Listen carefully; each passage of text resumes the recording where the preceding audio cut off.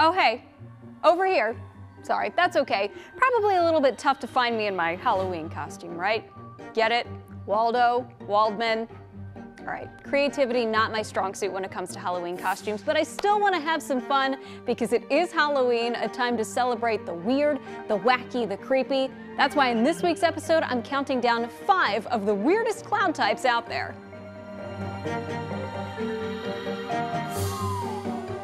First up, something called a fall streak hole, or better well known as a hole punch cloud. To me, it kind of looks like a crop circle in the sky. These fall streak holes form in thin, high cirrus clouds that are made up of what we call supercooled water droplets. That is water vapor that's at freezing, but technically not ice, at least not yet.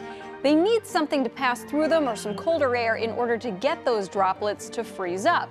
In most cases, it's an airplane passing through from higher altitudes. Those planes bring down the colder air, force some of those water droplets to freeze, and as they freeze, they get too heavy to stay suspended at that level and they start to sink.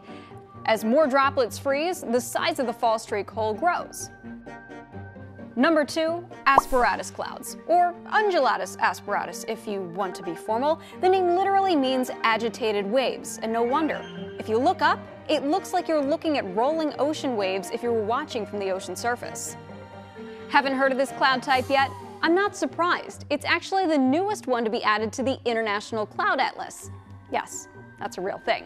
Anyway, it was added back in the year 2015, and while these clouds definitely look threatening, they don't usually produce any precipitation. In order to get them, you need a lot of instability and a lot of wind shear to make those rolling waves.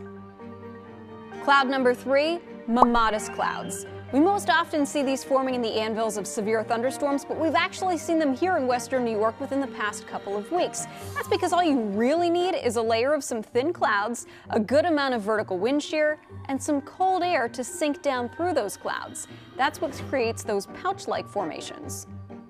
And while each of these little pouches may look small, they're actually about a half a mile to almost 2 miles in diameter each.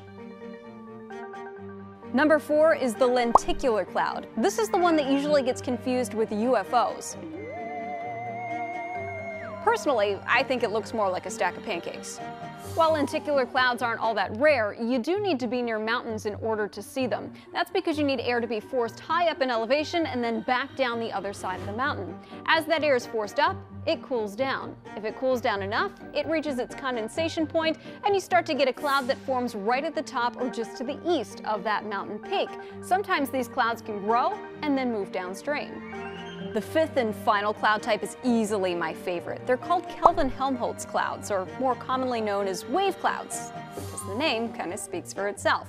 In order to get this cloud type, you actually need stable air with a ton of vertical wind shear.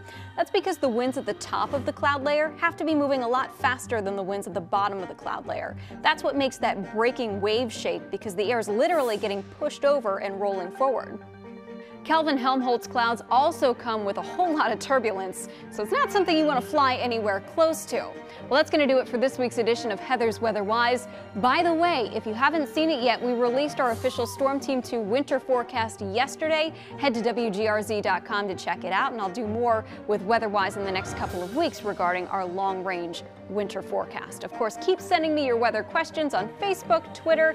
Watch every episode on the YouTube channel as well. I'll see you next week, but remember, until then, it's good to be a geek.